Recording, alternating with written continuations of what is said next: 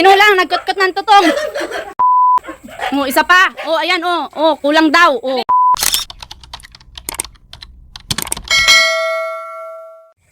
Hello, mga ka-trip! It's me again, Majang, ang retired na kunya. So for today's video, magluluto tayo, finally, after 2 years. Kasi parang last na luto ko na vlog ay sa Hong Kong pa. So ngayon, magluluto ako din sa aming bahay ng aming ulam for tonight. So, halina kayo at samahan niyo na ako. So eto ang ating mga gagamitin dahil ang ating lulutuin tonight ay hindi po tortang talong, kundi sisig na talong. Oh, diba? Sa mga hindi kumakain ng talong dyan, baka ito ang kailangan ninyo. Isisig natin, i-level up natin ang luto. So ito yung kailangan natin.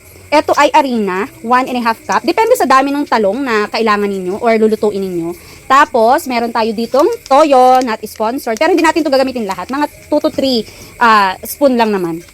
Ganon din ang ating oyster sauce. Ayan, depende yan sa panlasa ninyo. Tapos, etong breading mix, 3 to 4 spoon lang naman ang gagamitin natin paghahaluin natin dyan. Tapos, 1 teaspoon na asin.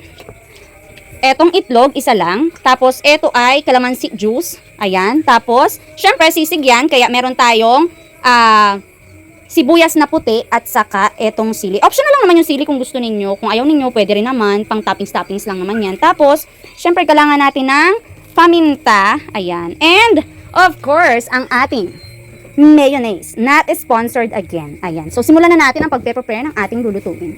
So, eto yung ating harina. Sasamahan natin ng asin. Tapos, etong ating breading mix. Mga 3 to 4 lang para may lasa-lasa lang siya. Depende sa inyong gustong lasa.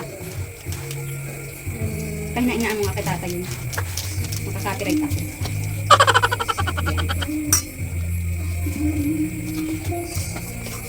Haluin lang natin siya hanggang mag-well combined. Ayan. Tapos, kukuha tayo dito ng gagawin nating mixture. Ayan, since marami-rami yung tanong natin, mga siguro ganyan. 3, okay na yun. Or bala kayo kung gusto nyo dagdagan. Tapos, set aside natin muna to. And then, eto ay sasamahan natin ng itlog. Oh, ang kagandahan pag meron kayong manok, libre ang itlog. Wow! Pero alam nyo, turo ng amo ko dati. Kailangan pag ka ng itlog, huwag mong direktang ilalagay dun sa iyong gagamitin. Ay. Kasi baka siya bulok, sayang yung anuhin mo, diba? Tapos paminta ng konti. Para lang lumasalasa ng konti. Yan, mix lang natin. Mahalo mo na, ganyan yung magiging itsura niya. Lalagyan natin siya ng kaunting tubig. Dahan-dahan lang hanggang sa makuha natin yung consistency ng lapot na kailangan natin. Baba.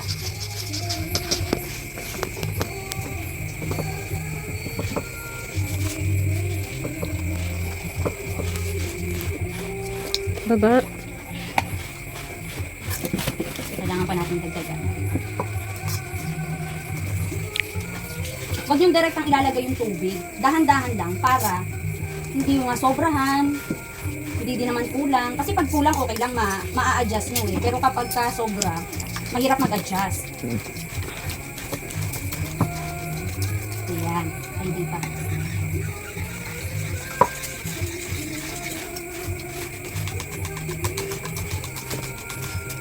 Kasi dito natin ilulubog yung ating mga talong. Okay na to. So, next natin ay etong sibuyas natin ay ating gagayatin. So, gagayatin natin to into cubes.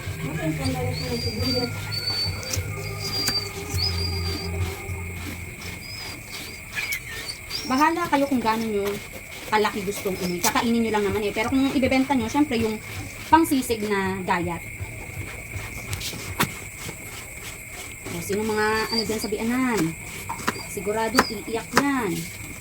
Ito na lang. Wala na akong bianan. Charot. Ayan katas mo.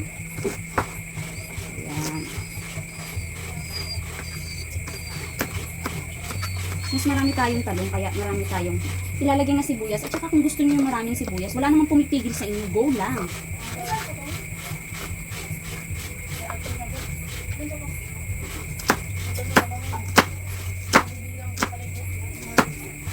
Para hindi kayo magayat ng sibuyas, ganyan yung ginagawa ko. Hindi ko siya dinire-diretsong gayatin para hindi siya mahirap ganyan, i-dice. Diba?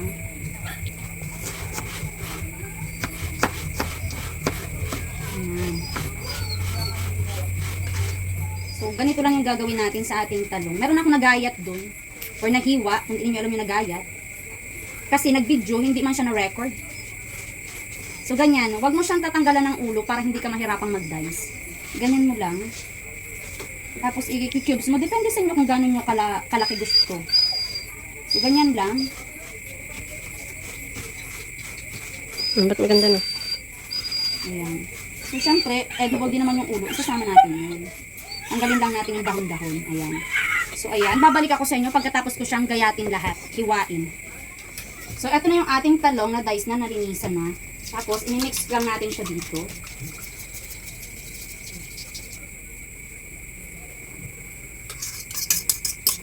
Nakukulang pa.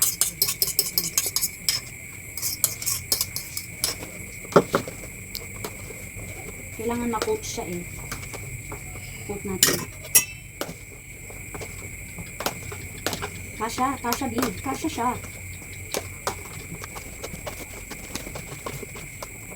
Tapos pwede na siyang kainin. Joke. Sinalad. Yan. Tapos, ilalagay natin siya dito. Kaya kailangan ma-coat siya. Tapos, ihahalo natin. Ayan.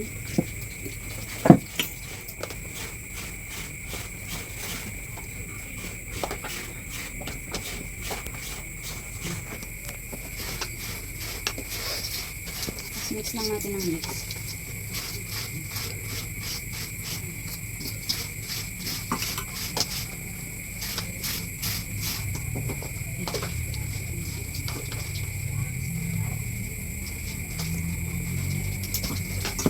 So, ayan na, na-coat na natin siyang lahat. Pwede nyo namang i-coat pa siya kung gusto niyo, i-double coat nyo. Kung gusto niyo yung mas malutong o more crunchy. So, ganyan lang. Tapos, ipiprito na natin siya. Let's go sa kusina. So, ayan, nagpainit na ako ng mantika in a very low heat. Medyo medium, ganyan. Medium. So, ayan. Pinapainit na natin siya, tapos ilalagay natin siya. Mga siguro 2 batch ang gagawin natin dito para lubog talaga siya sa mantika. Mainit na yan siguro. Yeah, mainit na siya. Huwag yung lalakasan kasi masusunog siya, tapos hilaw. Right? So, let's start cooking.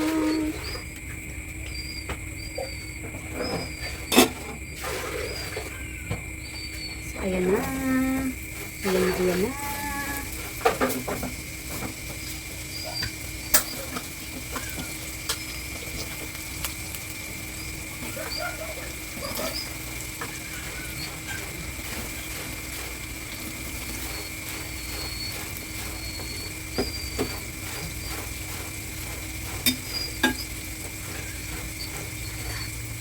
Ano ba yung So, yan. Parang hindi masyadong na-coat yung Parang may walay siya.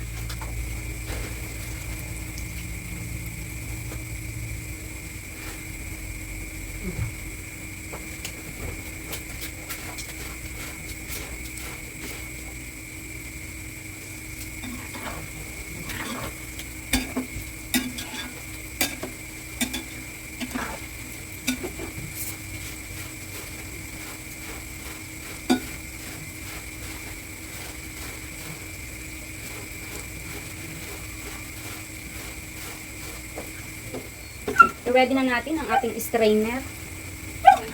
Kung gusto nyo na malutong, pwede naman.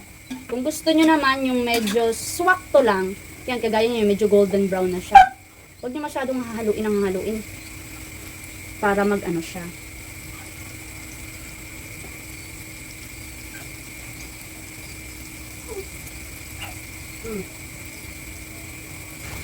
So, eto na, medyo nag-golden brown na siya at nagiging crunchy na siya. So, kung gusto niyo pa ng mas crunchy pa siya, pwede niyo naman siya lutuin pa ng mas matagal. Pero kung may mga kasama kayong bungi, hindi makakain ng ano, huwag niyo nang pakatustahin.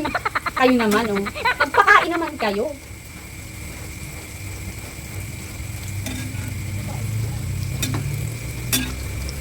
Uy, love it. Konti pa. Medyo matagal lang siyang lutuin kasi kailangan mahina yung apoy niya. So, medyo matagal siya mag-golden brown. Pero kung gusto niyo naman, i-medium heat nyo ganyan, tapos mag-prepare kayo ng another mantika na nandun sa malakas na apoy, tapos biglain nyo lang para mag-golden brown siya ng mabilis. Ganyan yung ginagawa ng mga nagde-deep fry. Nakita ko yun nung nagpunta ako sa sa isa sa mga local restaurant sa Hong Kong. Doon kami kumain ni Ima. Ganun yung ginagawa nila sa mga deep fry. Dinala nila ako doon kasi mahilig doon yung mga Pilipino sa mga prito-prito. Eh, yung mga Chinese naman, di mahilig sa mga mamantika. Pero trinay namin kumain doon just to let me experience. Yun lang. Ayan, oh, kita nyo crispy na siya, oh. Para na siyang chicharon. Pero gusto ko pa siyang ipa-golden brown ng very light. Ay, natatakam na ako.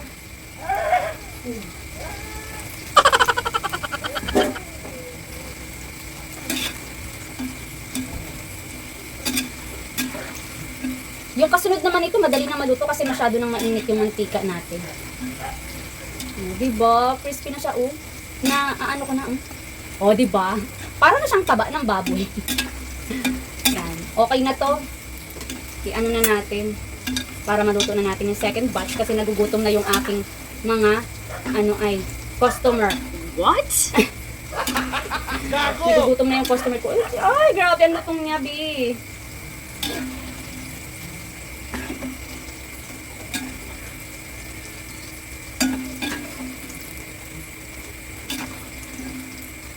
Grabe.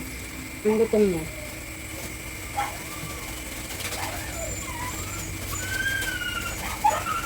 Can you hear that?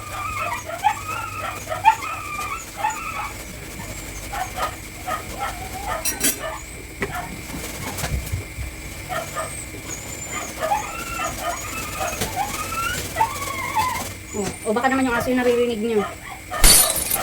Diba ang lutong niya?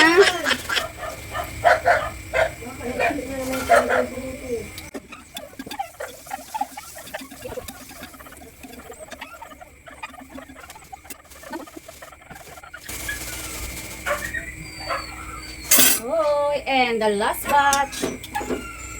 Ilagay na natin. Pagpasensyahan nyo na ang mga aso naming nagugutom na. Medyo nag-ano na siya, nagbilasa. Kaya maganda talaga pagka ang gagawin nyo, habang kinukoat nyo, sinasalang nyo na. Pero kasi gusto ko ganyan. Alright, lubog-lubog lang natin. We're almost done.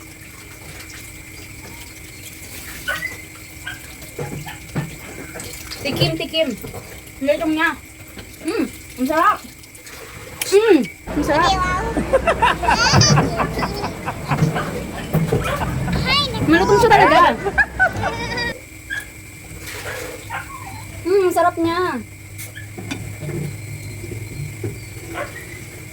So, lutuin lang natin tong last batch and then babalikan ko kayo pagka titimplahan na natin siya. So, eto na. Naprito na natin lahat. Ayan. Crunchy siya, oh. Yan, o diba? Tapos, titimplahan na natin siya. Okay, sasama na natin ang ating sibuyas. Sarap. Mukhang maliit yung aking haluan Haluin mo kasi. Wait lang, kasi gagamitin ko yung sa mayonnaise. Ayan. Kahit hindi na masyadong i-mix natin kasi mag-mix pa tayo. Tapos, ilalagay natin ang ating... Wait. Naku, grabe naman ang bukas ng tuyo, B. Ang ating toyo. Ito namang pagnimpla niyan ay depende sa panlasa ninyo. So, ako, hanggang, ayan, 3. Depende sa ano yung gusto nyong panlasa. Kung masarap na ba sa inyo yan. Sa ganyan-ganyan tayo magkakatalubi eh. Tapos ito oyster.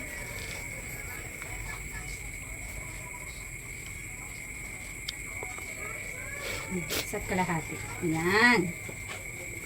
Tapos, lalagyan natin siya ng ating mayonnaise. Not sponsored. Ayan. Ayaw na lumaglag, di. Wait lang. Kukuha ko nito ng bagong kutsara. Post mo. Ito. So, ayan. Uy! Huwag kang lumipad. Lumipad ka pala palayo. So, etong napili ko ay with cream cheese flavor. Kasi wala kami makitang ano, yung plain lang. Masyado siyang mahalang. Ilan na? 1, 2, 3, 4. So, titingnan natin kung masarap din to sa, ano, sa sisig, di ba? Ayan. Tapos, ang ating kaunting pampalasa, ang paminta.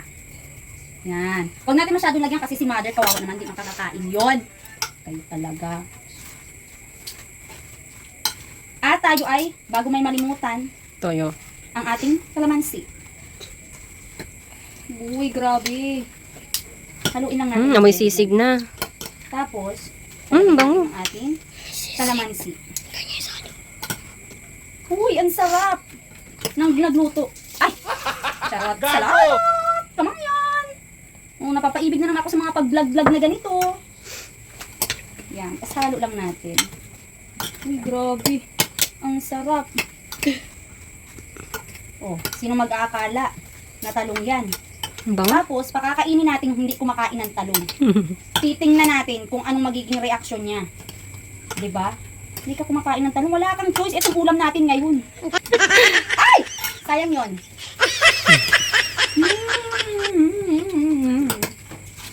Ang sarap na niya, oh my God. Okay. Tapos, meron ako ditong riding candy para sa aking fatherhood. Ang galing ko doon. Hintay na siya. Yeah, oh. Okay, i-garnish na natin.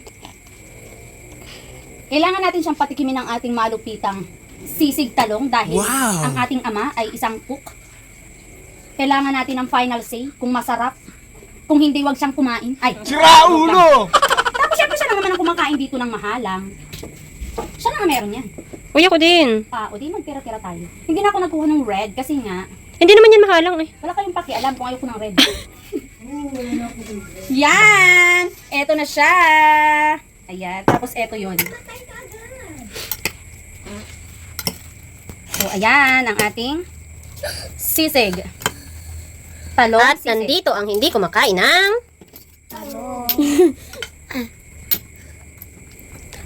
Talong! Okay. For the final testing, pakainin natin yung hindi nakain ng talong. Yung talong lang talaga. Talong na. Masarap!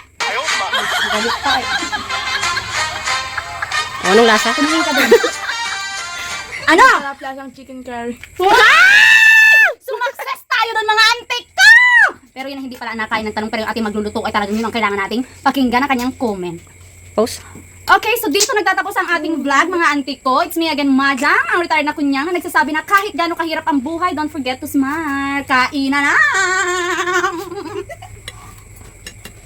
Naku, ang tagal magsalita, hindi nasasarapan yun. Tikim pala ang yun. Ang dami, be. Hindi na nakaimik. Ayun. Rob. Masarap.